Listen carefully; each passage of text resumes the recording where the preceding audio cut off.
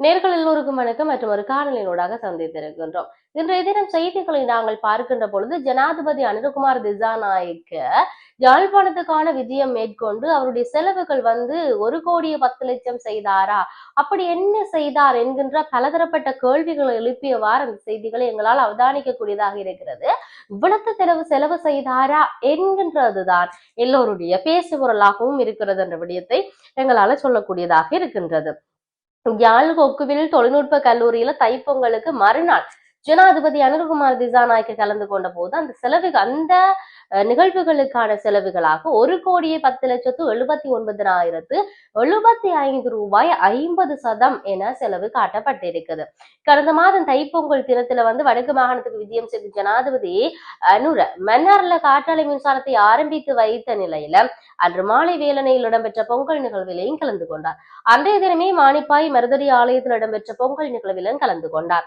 மறுநாள் ஜாழ் கொக்குவில் தொழில்நுட்ப கல்லூரி மைதானத்தில் முழு நாடுமே ஒன்றாய் தேசிய தைப்பொங்கல், அதாவது தேசிய போதைப் பொருள் ஒழிப்பு வேலை திட்டத்தை ஆரம்பித்து வைத்திருந்தார். குறித்த நிகழ்வுகளுக்காக நிதியை பொதுமக்கள் பாதுகாப்பு அமைச்சு பொறுப்பெடுத்த நிலையில ஜாழ் மாவட்ட செயலகம் இணைந்து பெருமெடுப்பில் குறித்த நிகழ்வு இடம்பெற்றிருந்தது. அந்த நிகழ்வுகளுக்காக மண்டப ஒழுங்கமைப்பு சுமார் 52,37,000 ரூபாவும், சிற்றுண்டி உபசரணைகள் சுமார் 31,13,000 செலவு செய்யப்பட்டிருக்குது.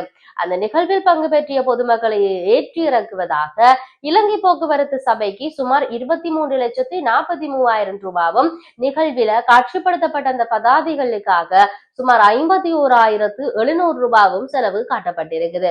வரவேற்பு செலவினமாக 23,375 ரூபாய், குடிநீர் மற்றும் மலசர கூடத்துக்காக சுமார் 36,000 ரூபாய், முன்னாயுத்த வேலை மறுசீரமைப்புக்காக சுமார் 1,18,000 ரூபாய், ஏனைய செலவுகளுக்காக சுமார் 1,54,000 ரூபாய் செலவு செய்யப்பட்டிருக்கின்றது. ஆக மொத்தத்துல ஜாலில தைப்பொங்கலுக்கு மறுநாள் இடம்பெற்ற நிகழ்வில மாத்திரம் இவ்வாறு பெரிய தொகை செலவு செய்யப்பட்டிருப்பமை எங்களால பார்க்கக்கூடியதாக இருக்கிறது. இந்த விடயத்தை வைத்து நாங்கள் பேசலாம். உண்மையிலேயே ஜனாதிபதி அனுரகுமார் திசாநாயக்க விஜயத்துக்கு இந்த அளவு செலவு தேவையா? 1,10,00,000 ரூபாய் என்பது எந்த அளவு பெரிய தொகை என்பது எல்லோருக்குமே தெரியும். ஒரு நாள் 2 நாள் விஜயத்துக்கு ஜாலில் இவ்வளத்தை செலவு செய்தார்களா என்கின்ற கேள்வி இருக்கிறது. இந்த செலவுகளை மக்களுக்கு ஏனைய நிகழ்வுகளுக்காக வழங்கி இருக்கலாம். உண்மையிலேயே சிற்றுண்டி உணவுகளுக்காக, முன்னாயுத்தத்துக்காக, அதே போன்று அங்க இருக்கக்கூடிய வரவேற்பு நிகழ்வு, அங்க இருக்கக்கூடிய பதாதைகள், அங்க இருக்கக்கூடிய மண்டபங்கள், அதாவது அந்த நிகழ்வினை ஏற்படுத்துவதற்காக இடஒதுக்கீட்டுக்காக இவ்வளவு லட்சம் செலவு செய்ய வேணுமா, வாகனத்துக்கு இவ்வளவு கொடுக்க வேணுமா என்ற மிகப்பெரிய கேள்விகள் எல்லாம் இருக்கின்றது. சாதாரணமாக கடந்துவிட இது முடியாது. நாங்கள் சிந்திக்க வேண்டியவர்களாக இருக்கிறோம். உண்மையிலேயே ஆடம்பரமற்ற பொருளாதார நெருக்கடியிலிருந்து எங்களை எல்லாம் மீட்க வேண்டுமென்றா மிக சிக்கனமாக அரசை கொண்டு செல்ல வேண்டும், அரசாங்கத்தை ஆட்சியில் இருக்க நிர்வாகத்தை நாங்கள் அமைக்க வேண்டும், செலவுகளை குறைக்க வேண்டும் என்று சொன்னவர்கள் 2 நாள் பயணத்துக்காக 1,10,00,000 ரூபாய் செலவு செய்திருப்பது என்பது எந்தளத்துக்கு நன்மை பயக்கக்கூடிய விடயமாக இருக்கிறது என்பது பற்றி நாங்கள் சிந்திக்க வேண்டியவர்களாக இருக்கிறோம். 1,10,79,075 ரூபாய் 50% என்கின்ற விடயம் சொல்லப்பட்டிருக்கிறது. இந்த 50% என்பது நாம் சிந்திக்க வேண்டியவர்களாக இருக்கின்றோம். சரி, இதுவாறு இருக்க இன்னொரு பக்கம் சமூக வலைதளத்துல நாங்கள் பார்ப்போமாக இருந்தால் தமிழ் மக்களின் காணிகளை ஊடறுத்து ஜானி வேலி உப்பளம் அமைக்கும் செயற்பாடுகள் சார்ந்தெல்லாம் நாங்கள் பார்க்கக்கூடியதாக இருக்கிறது. அது சார்ந்தும் பலதரப்பட்ட விடயங்கள் இங்கு வெளிவந்திருக்கின்றன. முல்லைத்தீவு கொக்குதொருவாய் கமநல சேவை நிலைய பிரிவுக்குட்பட்ட தமிழ் மக்களினுடைய நெற்பயிற்சிகை காணிகளை ஊடறுத்து மகாவலி அபிவிருத்தி அதிகார சபையினால ஜானி வேலி அமைக்கும் செயற்பாடுகள் முன்னெடுக்கப்பட்டு வருவதாக வன்னி மாவட்ட நாடாளுமன்ற உறுப்பினர் துரைராசா ரவிகரனிடம் முறைப்பாடு செய்யப்பட்டிருக்கிறது.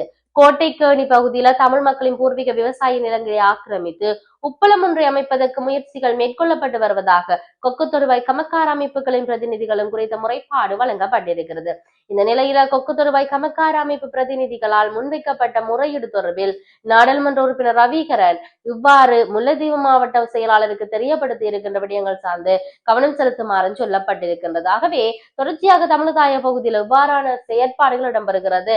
ஆகவே எது அப்படி இருந்தாலும் தாயக பகுதியில் அநீதிகளுக்கு என்றுமே குறையில்லை என்பதை சொல்லக்கூடியதாக இருக்கிறது.